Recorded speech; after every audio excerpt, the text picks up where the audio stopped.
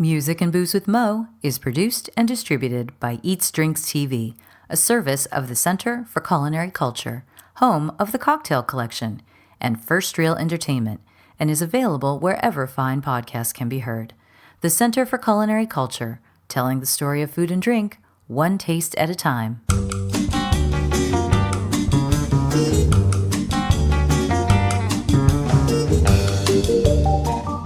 Welcome to Music and Booze with Mo. I'm Mo Herms, and I've worked in the music industry most of my life, so have met some pretty amazing musicians over the years. I also love a good cocktail, and I've encountered some really interesting bartenders as well. It seems that there's a lot of crossover, so when I can, I like to talk to musicians and bartenders about music and booze. Join us at the bar, won't you?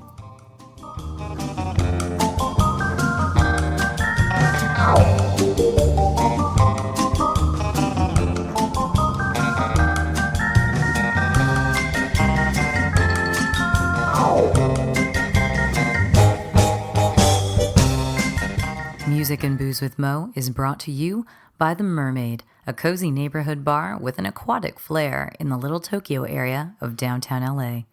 Open 7 days a week, featuring tropical cocktails and snacks, The Mermaid also has a daily happy hour from 5 to 8 p.m. Follow The Mermaid on Instagram at TheMermaidLA to hear about upcoming events and check them out at themermaidla.com. Head to 428 East 2nd Street, Los Angeles, for a drink.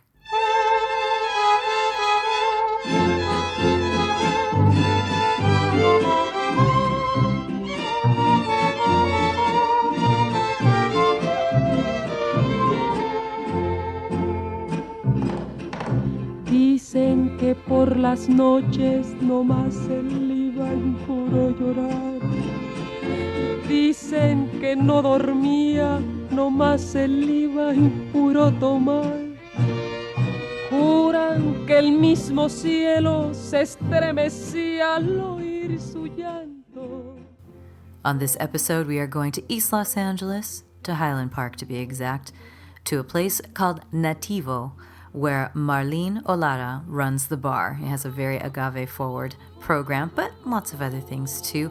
It's a rarity in the quickly gentrifying Highland Park area in that it's owned by a Highland Park native, and therefore is trying to keep the roots of Highland Park very East Los Angeles. And Marlene has been in the business here in Los Angeles, born and bred Angelino. She's been in the business here for several years, and we're going to sit down and talk about it.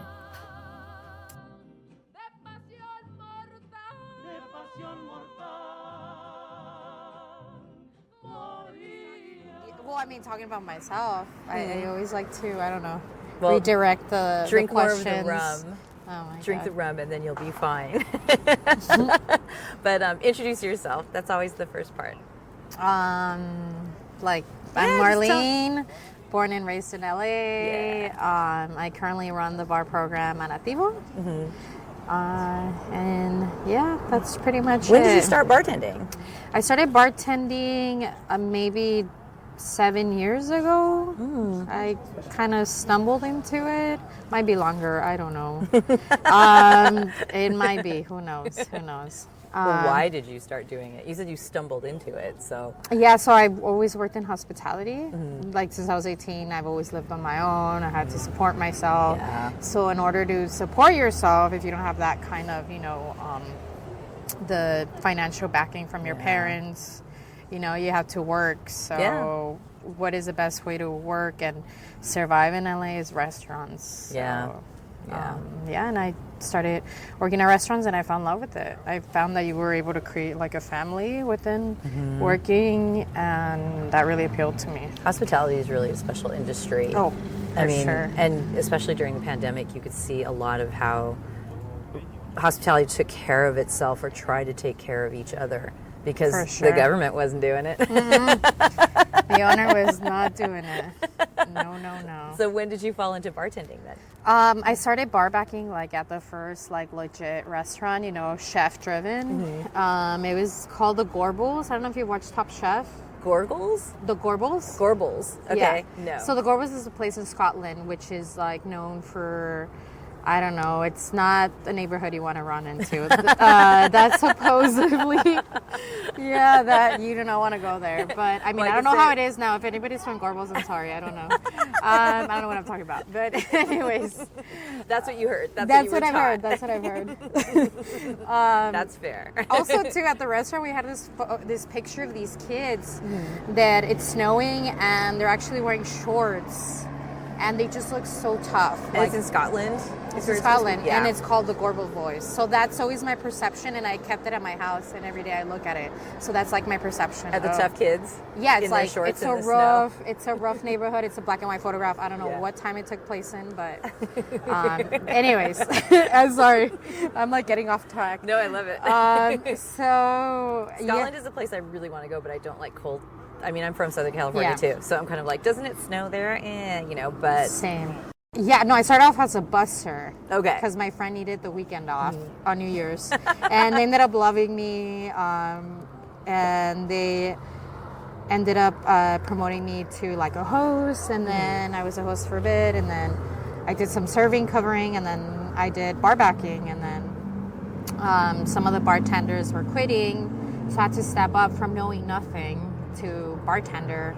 And I took actually some classes with Julian Cox. Oh, you remember? Really? Yeah, totally. You remember the... That's like not taking a regular bartending class. Julian Cox is a legend. Yeah. 100%. Well, I want to hear about this class that you took. So you were bar backing, and then all of a sudden you were bartending. Yeah. And while you were bartending at this place was when you took this class with Julian Cox? Yes. And then I was at the golden age of muddling fruit and stuff.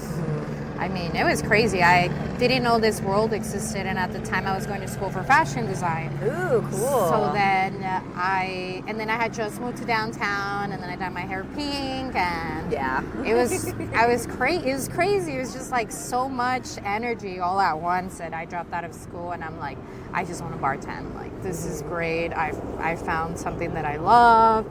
I don't know, It's very creative.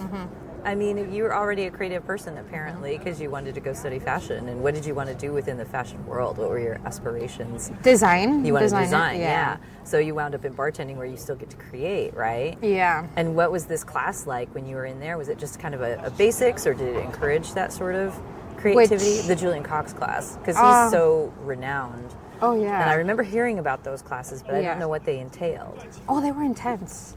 They would, we would go we would go 5 days a week, 2 hours, and at the end of class, he would give you a test, and if you failed that test, you failed the class, and you had to wait till the next one, which was great because it taught you discipline. Oh, that's scary. Yeah. That's really scary. Oh, 100%. Oh, my God. 100%, yeah. So I guess you made it through that, though. I didn't make it through the first time around. Oh, and you went back. I ended up getting kicked out right before the last finals. Oh. I cried. Oh, my God. I cried, obviously, but... that is so hard. I know. There's a guy named Nick Meyer, and he kind of like... He's great at what he does. I remember him being very supportive and telling me that this shouldn't be a disencouragement, that I should, like, keep going or whatever. But it was crazy. It was crazy. What's one of the things that you really took from that class with you when you were bartending? Went back to the... like, I'm sure you learned a lot, but there has to be, what was like one big revelation from that class? Do you remember? Or was just all of it just mind-blowing? I guess some sort of sense of community, that there's like a community and that, and also too, I learned the classics. So there's a rule that I follow through. In order to break the rules, you gotta learn the rules. Yeah. So I feel like that really gave me a core foundation of what cocktails are, and it's really easy. Anybody could do it. It's just like a blueprint, and then from there. Oh, you mean to bartend? Yeah. To bartend and then to create cocktails. I'm like, it's not really easy. You say that, but I mean, I'm someone who has always appreciated bartenders and what they do, but I get performance anxiety. I'm too nervous to go out and do it. So I really appreciate those who can, and I'm like that person. I always say this, that if you put me on a game show and quiz me about my favorite band in the whole world, I would not be able to answer the questions because I would just freeze up. Yeah. And that's something, you're behind the bar and someone comes at you with all kinds of things. Yeah. You have to juggle a lot when you're behind the bar. You're juggling like trying to remember all the recipes, or at least know where to find it and everything, and keeping everything in order behind there, and dealing with all the various types of humanity that's in front of you. Oh yeah, for sure, for sure.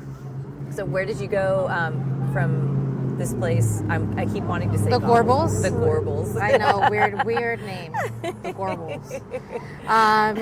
From there, I ended up going to this restaurant called Terrain, which is in West, like Beverly Hills, West Hollywood, Beverlywood, I guess people call it. That. So it was a little fancy. Oh yeah, it was a lot fancy. What did they expect from you there? Fancy. Here I go, and they're being like, I took a Julian Cox class. Yeah. I managed a bar. I could take it on, but I got there hired as a bar back. Oh, really? Yeah. So even though you had all this experience, they started you from the bottom over there. Yeah.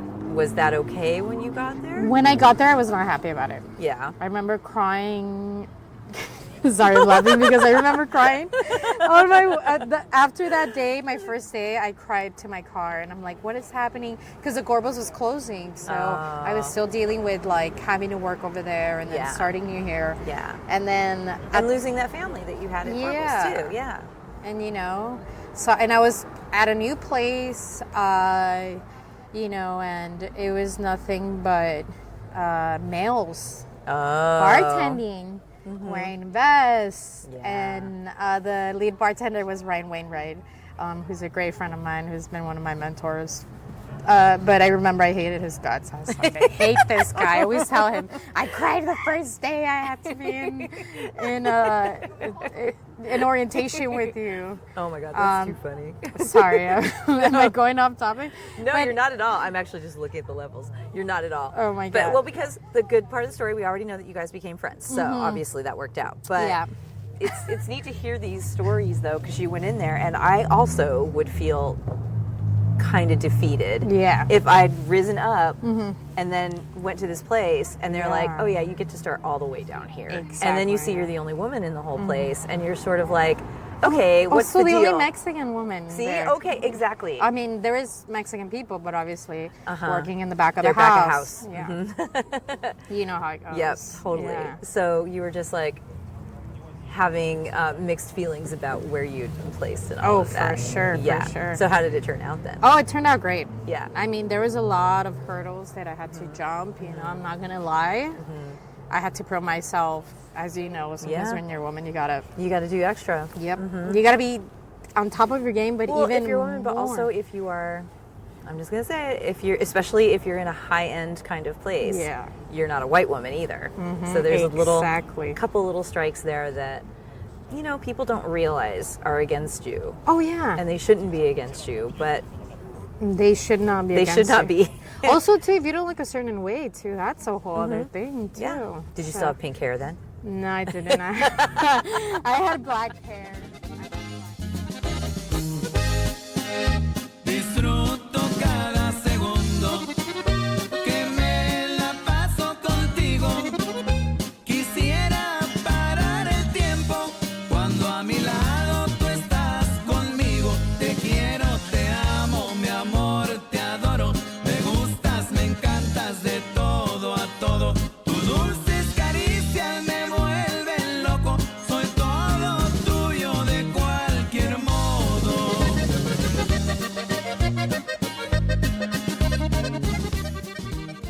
This place in Beverlywood did you get to start making your own cocktails in that spot? Not yet. Not yet.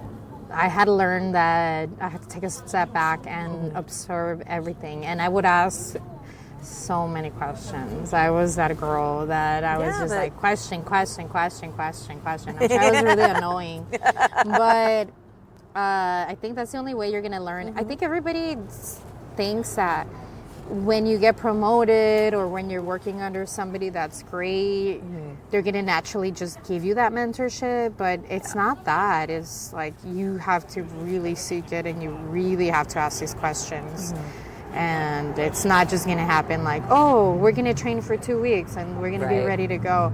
It's just, it happens as it goes, if that makes sense. Yeah, no, absolutely. Yeah. I mean, it's natural. And then that way, the people you're asking the questions to can, you're obviously not being annoying because you're doing the work. Yeah. You know, Yeah. so that way they know that your heart is there, that you were into it. And I would think that would be exciting. Oh, yeah. You know, because then everyone's like, well, no. She wants to do it. She wants to figure it out. She wants to learn. For sure. You know? Yeah. So you weren't creating your own things then? Not yet, but I would come up with ideas. And then from there, we would make the drink together and then it'd be on the menu. But it was in my cocktail, if that makes sense. But you guys were working on it together. It was a collaboration kind of thing. And we would also get the whole team involved. And then, well, that goes back to that family thing. And since this is a music and booze podcast, a lot of times when I talk with people who have been in bands, they compare it to being in a band. Yeah. Because everyone collaborates and then comes out with the drink. Yeah, I never thought about it that way. Yeah, like writing a song, apparently. Yeah, definitely. Wow. Because other people have little ingredients, you know, that they add to it and everything. Yeah. So, how long were you at this spot? At the I was there for highfalutin place. I was there for 2 years, and then it closed, and then it reopened as like an Italian concept with another big chef, and amazing food. Yeah. Amazing so you were still food. with it when they reopened. Yeah. You wound up staying there for a bit. When did you get to be kind of the person in charge? Well, towards the end of that one, I was the person in charge. Oh, really? Okay. Because of the Italian place. A little bit, yes. It was still Ryan, but he was in competition, so he would travel a lot. Oh. And while he left, I was the one that was in charge and making sure of training people and making sure everybody keeps,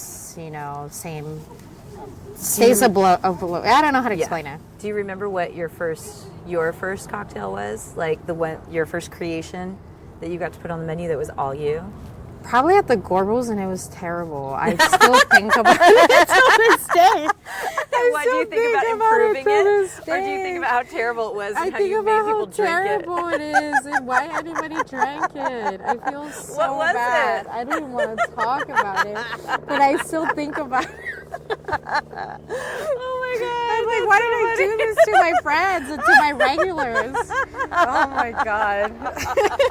Well, but wait a minute. Oh my God. But you didn't think it was terrible then. I know. So you didn't think it was terrible then. So maybe you just got a little fancier than that one particular drink. Oh my God. So I would expect that your regulars and friends probably didn't think it was terrible either. I don't know. Okay, well then maybe I should rephrase. What was the first drink you came up with that you were super proud of? Oh, I don't even know because sure I've made so many. Yeah. I don't like to dwell on like one. That's just the thing too, just one cocktail. Like Yeah. I had a friend of mine who's also a bartender, a bar manager, and she's like, "Oh, you have a new menu?" And I'm like, "No, I just keep adding new cocktails and taking them off." Yeah. She's like, "Why would you do that?" And I'm like, "Because it's fun." Because it's fun, and then too, you get to create stuff. Yeah. I mean, if you're back there. Well, I mean, I figure if you're back there, you're probably, especially when you're in charge. Yeah. People are coming by and they're bringing you spirits to taste and try and everything. So probably you get inspired by something like that. And you're just like, oh, I have such a great idea of something I could do with this drink. Yeah. So I could see that you would keep adding on to it. Yeah. So. Or sometimes I get over drinks. I'm like, I'm so over this cocktail. You know what I mean? I don't know how to explain it, but I'm like, I'm over it. Done. I'm done. I know that sounds terrible, but I'm No. It's totally. Well, I mean, you're creating, so it's fine. Yeah. When so you were bar managing there, but you're at Nativo now. But I feel like were you working at Zelas? Is that what it's called? Chelas? No. Chelas. Thank you. Sorry, I couldn't remember. I just kind of helped them consult for a little bit. Okay. Yeah. Okay. So where did you go after the fancy? The Italian place. Well, before that at Turin, we had nothing. We had a lot of brandies from France. So, you learn about Calvados, you learn about Pommeau, you learn about Armagnac. Like, you start learning all these things, and then... So you're collecting all this information. And then after the Italian place, I went to Faith and Flower. Oh. I took over after this guy named Adam, who was like a big whiskey guy. And he left me his giant list of whiskey, and So did you were you the bar manager of Faith and Flower? at towards the end, Wow. That was the place I went to once with cocktail friends. I shouldn't say cocktail friends, like a friend of mine who's the rep for Amaro in the United States. He lives on the East Coast. He would come out here, he's like, let's go to Faith and Flower. You know, it was like, that was one of those stops. Everyone went to Faith and Flower, and you were running that place, which is kind of a big deal. That place was very much on the map. So you inherited this whiskey list. I had no clue. I was not taught what it was, so I was like, you know what? To me, it's gonna sound funny, but to me, it was like whiskey was like a white man's thing. You know what I mean? Oh, you know what though? But it is, and it still is. I think. Oh yeah. Well, I mean, I think the Black community is making some inroads with whiskey, which I think is good because they've had a lot to do with its development here in the United States. And only now is that being recognized, or at least in the last few years. So that's cool. Claim it, take it. But I totally agree with you. It's totally been like a white guy thing. You go to whiskey tastings, and it's just like, I would be the only chick in the room. Same. Same. Exactly. Right? Or I would go on trips to distilleries, and I was always like still the only one in only there. girl, and only Latina. You're the only girl, and Latina. The only Latina. So it's people are probably like, "Who the fuck is she?" Sorry, man, it's not supposed you to can go. you can swear on this. I swear all the time. Okay. No, I totally with you. you on that. You interview some bartenders, so definitely people are gonna cuss on this. Yeah, show. Totally. Bartenders and musicians, we're the ones. Cussing. One cuss at a time. No, I'm just kidding. So you inherited a whiskey list, and you were just like, okay, let's expand this. Oh, That's what I'm guessing you wanted. Oh, yeah. I became obsessed with reading whiskey blogs, finding out when the newest whiskeys was, collecting them like Pokemon, if there was some sort of thing. Because it's so weird. The whiskey world is such a status. Like, if I have this bottle, like, it's a status to the bar. It's a trophy. I think today it's kind of inflated, though, you know? I mean, because there are people who will buy they're like, I got a Pappy Van Winkle, blah, blah, blah, and they try to put it on eBay and all this. It's just like, you know what? You don't have to throw it on the table and measure it out. There are so many good whiskeys out there that you don't have to, like, auction for. Exactly. You know? 100%. Yeah. So when you were at Faith and Flower then, how was that? That's a legendary spot here in LA. Oh, it was crazy. It was I learned a lot there, like discipline, and I remember when I started managing there, I decided to not drink because I'm not gonna lie, sometimes when you're a bartender and you go out, like people offer you shots, they offer you drinks, and then next thing you know, you're doing a boomerang to somebody, and you're like, "Oh my god!" Exactly. It's like everything, and it's fun. It's because everyone's being hospitable to each other. Exactly. It's the family thing. Yeah. And you have to hit a point where you're just like, "I'm good," and it's tough because I don't think everyone's intending to get that wasted or to have that much booze around, but just want to be friendly, and that's the trade. Exactly. You know? Yeah. So when you were there, you're like, I'm not going to drink. I'm just going to taste it, and here we go. I'm like, if I can manage my drinking when I go out, how can I manage people? So then I'm like, well, that's a good point. I got to taste stuff. Being hungover at work when you're a manager is not cute. Yep. I know it sounds terrible, but it's not cute. It's not cute. So how long were you at Faith and Flower? You know what? I was probably there for like 2 years or 3, but I remember I went through 4 different bar management changes. Yeah. So, it was really interesting. Yeah. And then when it was finally my turn to drive the ship, I'm like, oh, this is what I'm doing. And it was cool. We had every Wednesday nights we had a live jazz band, and I would have to get somebody to pay for the jazz band, you know how it's like. So I would be like, oh, you help me pay for this band, and I create this menu for you, and I will print it out, I will photograph it, it will be a thing, and people ate it up. Yeah. They ate it up. I actually learned that a lot from, do you know Carrie Ha and Eugene Lee? They're the best at what they do. And they taught me, and they took me in and taught me all these stuff. But they're great. But anyways, she's a big supporter of us from the moment we opened. Oh yeah, really big and really helpful. Yeah. That's how I knew about this place. Was because from of her. Carrie. Yeah. She comes here all the time. So now you're at Nativo. Yeah. And actually, we were talking before we started this because I feel like we should take it to the music I part. know. I'm so sorry. No, I you feel don't like have I to just keep apologize. talking No, and talking. No, you don't have to apologize for anything because Yeah. I could have guided you there ages ago. But I love Okay. hearing the story of how you got where you were. And also, okay, so we're in LA. Yeah. And I can say that when I do these interviews, I reach out to people all over the country. Yeah. I jump all over the world. And I'm always on this quest because I'm like, where are my Latinas at? Well, I'm one's right here. I know. Thank you. I'm so glad you're here. I was so excited when you guys got back to me, and I was like, fuck yeah, because I know that we're out there in the world bartending. And the thing with we're at the Mermaid, having some drinks here. But when we opened, we were only like the 8th female-owned and operated bar in all of LA County. Oh, really? And then That's we opened in crazy. 2018. LA County, there's more population in LA County than there are in like 30 states or something like that, It's really nuts. And so now you're at Nativo, which is female owned and operated. Well, it's a couple, right? It's a couple. It's a couple, Yeah. but it's a man and a woman. Yeah. They own a couple spots. But that place seems to be pretty girl power to me in terms of management and everything. And I know that you're a music nerd, and we were just talking about a music thing that happened there just the other night. So I guess maybe my segue into the music thing would be like, have you ever created cocktails that you've named after a song or after a band or anything like that? Can you remember? Yeah. Yeah? Oh, okay. Roll it out then. A funny thing, Nati. I remember just...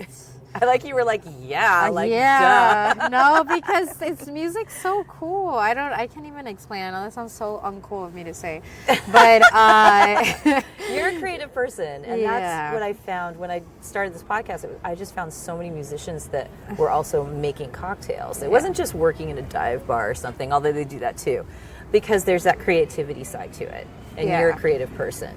So of course you can see the music tie in. Here with all that. So tell me about your drink. I totally interrupted you. No, it's fun. Drinks, your multiple drinks.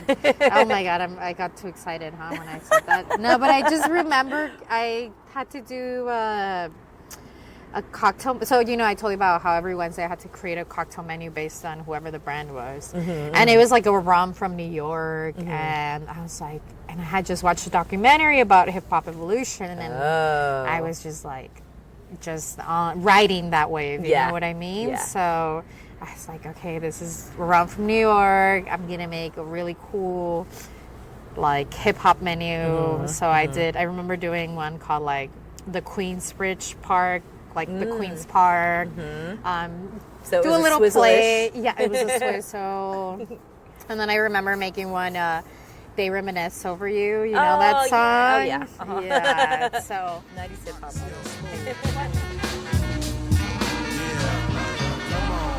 I reminisce so you never forget this. The days are way back, so many bear witness the fitness. Take the first letter out of each word in this joint. Listen close as I prove my point. T to the R-O-Y, how did you and I meet in front of Big Lou's fighting in the street? But only you saw what took many time to see. I dedicate this to you for believing in me. Rain or shine, yes, in any weather. My grandma Pam holds the family together. My Uncle Doc's the greatest, better get the latest. If we're talking about a car, Uncle Sterling got the latest. I strive to be live cause I got no choice and run my own business like my Aunt Joyce. So Pete Rock hit me, enough respect due when they reminisce over you.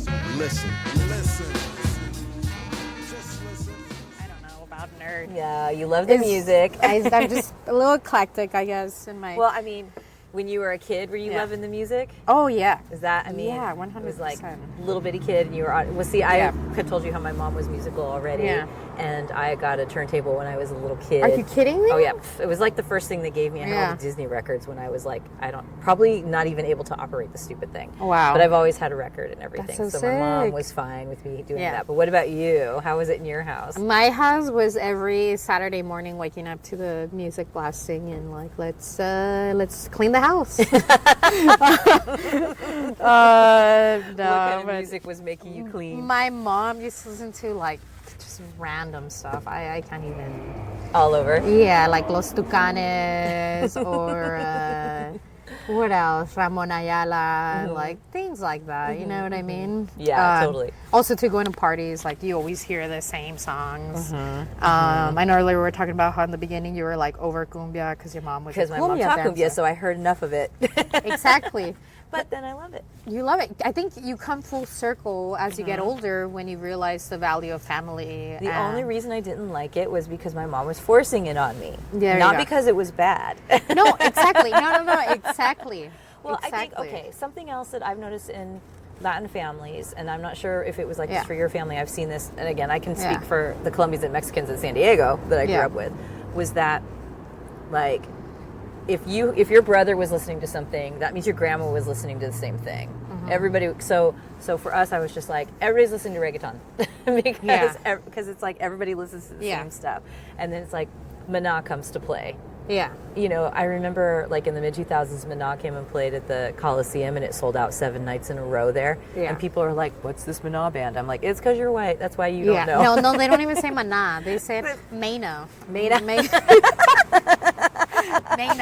I had an ambassador once be like, "So, you know, Mena's coming into town. That's something we could do for you." And I'm like, Mena? What the hell? Oh, Maná! Oh, okay, yeah, thanks. But could you imagine someone tells you Mena? You would be like, am I a maniac? You know, like, I don't know. I would just be like, thank you for trying. I appreciate that you have that in your brain. Yeah. You know, it's something like sometimes I'll say a word that I've read many times, and when I speak it, I'll say it incorrectly because I've never said it out loud. So I'm like, I'm going to give you the benefit of the doubt. Your heart's in the right place. Exactly. Talking about that, the menu at Nativo, a lot of the drinks are named after songs, which is Grace. Yeah? Grace, who's like my bar manager. Before I came along, she was doing everything alone, so I just came along to help out, you know, be the bar director. Yeah. But she named all the cocktails after songs, and there's one song called Kukuru. There's one cocktail called Kukuru Kuku. So could you imagine people in Highland Park trying to pronounce that song? So I'm sorry, the people who live in Highland Park now. Yes, the people who live in Highland Park now. Less than 10 years ago, everyone in Highland Park would have been able to say that and sing 100%. it as well. Exactly, 100%. 100%. Oh, that's so fun. I did, and that's been on the menu. Has it been on the menu since? Well, okay. Nativo opened during the pandemic, like during the lockdown. Yeah. Kind of in 2020, right? Yeah. I think it opened at that time. So, and that's one of the reasons I haven't been there yet. I used to, its previous incarnation, what it was before, I used to be there all the time. And then pandemic hit and everything locked down, and it changed over and became Nativo. So how has Nativo been doing? There's a beautiful backyard area that the previous space never utilized. Oh, no. I'd been back there like once and then forgot it existed. Yeah. So I think you guys have done a lovely job with making that really pretty. Oh yeah, that's all the owners and our chef, weirdly enough.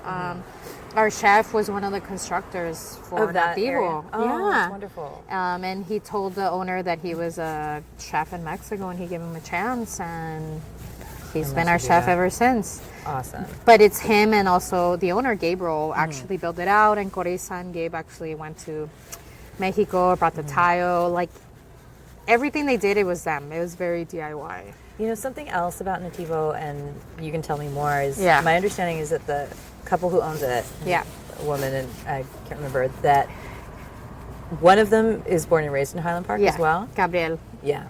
So he actually is able to come back to this area that is gentrifying rapidly. Yeah. No matter how hard they try, you know, and bring it back home. Yeah, and I think they're doing a great job.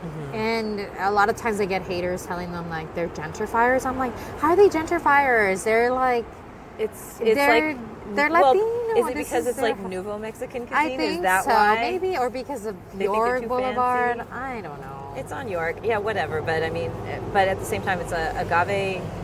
It's a very agave-focused bar. Exactly. And it's like Nuevo Mexican cuisine, right? It's based on his mother's recipes. Oh. Yeah, and his mom's from Jalisco. So I appreciate that about Nativo, that it's representing, you know, like current Mexican cuisine, and you're doing the bar program. So what is your focus there? What are you trying to kind of express to people at Nativo with your bar program?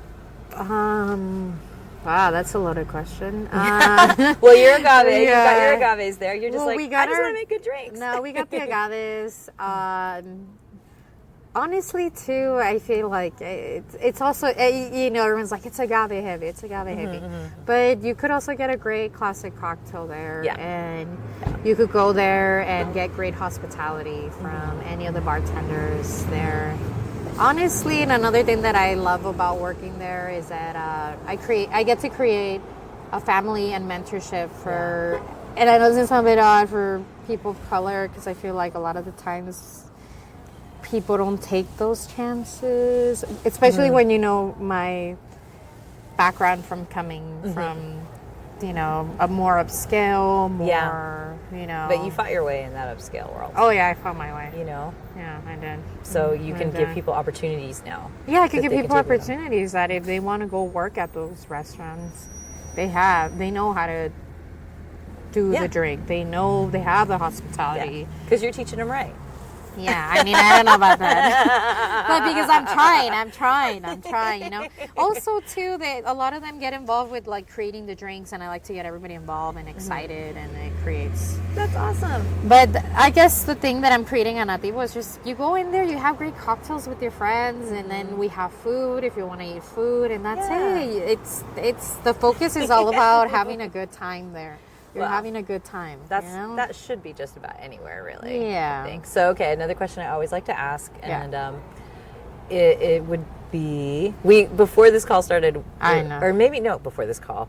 I'm so used to doing these on Zoom. It's like, oh my God, we're in real life right now. I'm so happy it's not on Zoom. We're so in real life right now. But at the beginning of this, we were talking about Scotch and how we love the Scotch. Oh, I love Scotch. I have one of those Tesoro bottles that they sat in a Lafroig.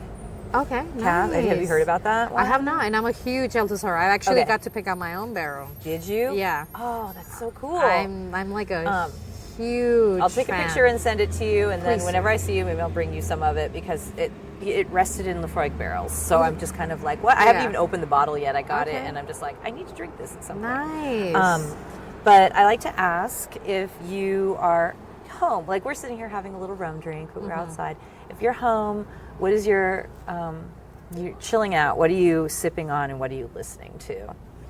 Ooh, that is hard to say, because I'm a very it moody, depends, right? I'm a moody drinker and I'm a moody listener, so.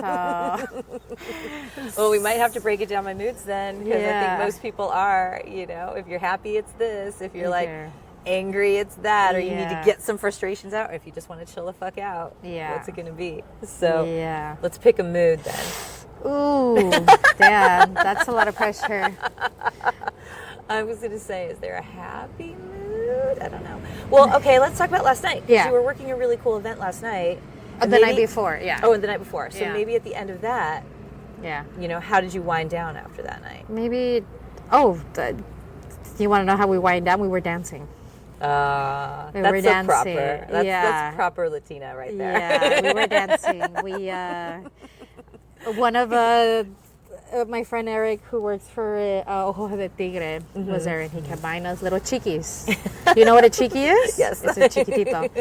And we're just like, chiquis. And you could just imagine by the end of the night, working late, we were all having a great time. During the time that the DJ was playing, some of us actually went to the dance floor. We were like dancing a little bit.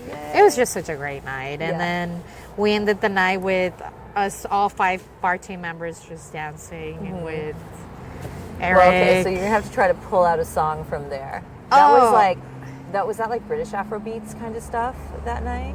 No, it was cumbia and stuff? Afrobeat. A little bit of everything. But that was like modern cumbia. Right. Yeah. I'm like, in my brain, it's all the old cumbia. No, I don't even know the old cumbia, so I don't even want to say that I'm a cumbia fan. No. Don't want to offend anyone. I know. The only reason I know that, I told you, it was forced on me. It was forced on me. But this is the thing. This is the new cumbia, and I'm just like, I know this song. I know this beat. I don't know who the fuck is singing it right now. What is this? I don't know who's doing it, but I recognize it when I hear it. I don't know who's doing it, but I'm dancing. A friend of mine who's so funny. She once said, she's like, when you're Latina and you hear cumbia, she's like, it's like your butt gets itchy and you just gotta like move it. And I'm like, I'm like, that makes sense. That makes sense. She's so funny. I married a tall, skinny white guy from Detroit, and when I would play in the house, like old cumbia mixes or whatever, and put them on there, he's like, I really like this Colombian stuff. That was all.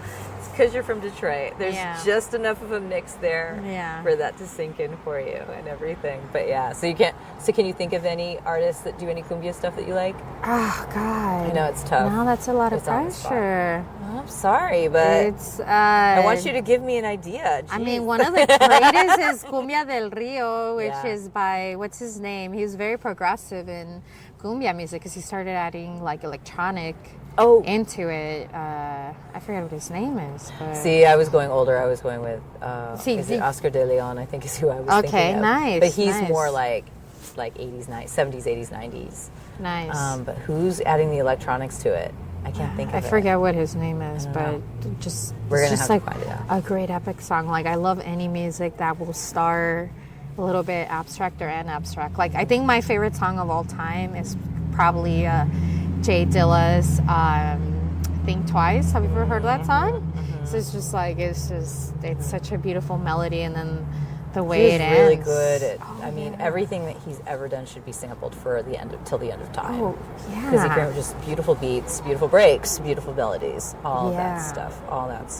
Yeah. So that's amazing. All right, so say you're listening to that. Yeah. What are you drinking while you're listening to that?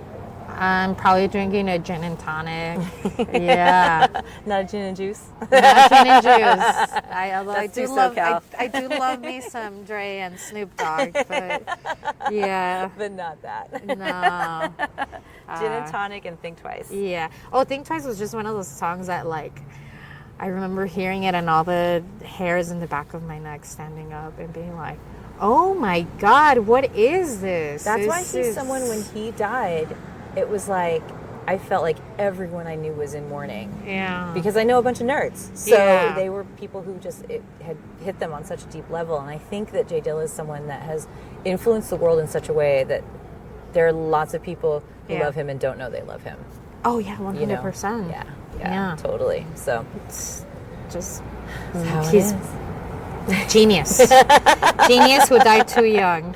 All right, I think we probably got plenty, though. Yeah. I'm like, you want to know how long you talked? Oh, my God. You're all nervous. Do not. 48 minutes. Oh, look at you! You're so all nervous and shit. Yeah. Well, where can people find you if they want to look you up? Do you do the Instagram thing? Should it just come to Nativo the next time they're in LA? Come to Nativo and meet me. Yeah. I'm not very, like, internet savvy. Not into the socials and everything. I was very close. Although you had some really beautiful pictures on your Instagram. Oh, thank you. You have it's like photographs on top of photographs. Kind of. It's like a Polaroid on top of a photograph.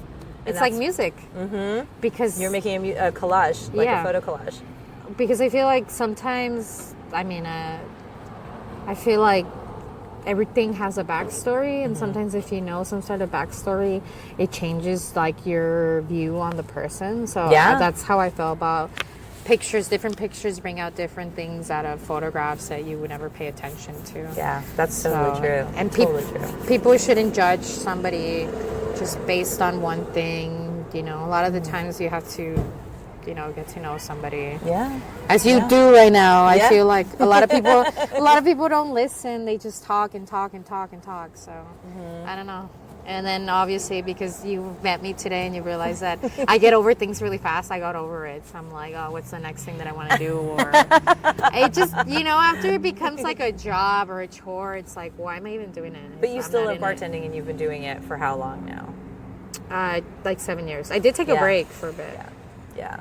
But now you have Nativo. That sounds like it seems like a really good family over there. Oh, yeah. So I can't wait to be over there. Please come by. I'm definitely going there because I'm going to try all the agaves. Well, not all of them, because then I wouldn't be able to walk back home. But no, please do. Please do.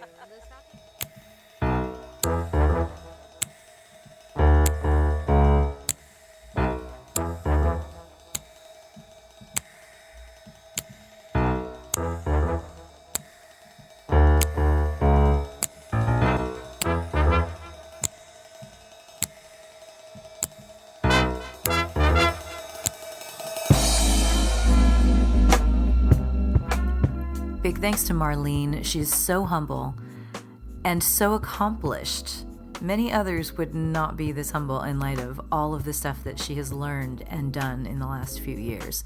So if you find yourself in Los Angeles, you'll probably find yourself in Highland Park because there are many great places to eat and drink there.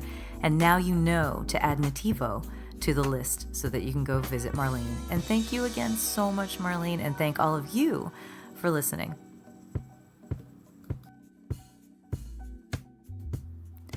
Music and Booze with Mo is brought to you by Barkeeper, a head shop for cocktail lovers, located at 614 North Hoover Street in Silver Lake, Los Angeles.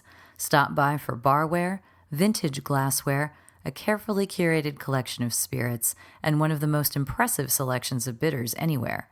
Follow them on Instagram and Facebook for information regarding spirits tastings. That's barkeepersilverlake.com, and also in the Virgil Village neighborhood of Silver Lake, Los Angeles. Thank you for tuning in to our barroom chats on Music and Booze with Mo. For more info about today's guest, or if you want to connect with me, check out my Facebook page, Mo Herms. Please subscribe to the podcast and feel free to tell all your friends about it. While you're there, give the show a rating and a review. It really helps to get the word out. If you want to hear the playlists our guests have curated, search She Be Mo on Spotify, SHEBMO. Find pictures of the interviewees and the cool stuff they create on the Music and Booze with Mo Instagram account. Lower your expectations and join us at the bar. Till next time, cheers.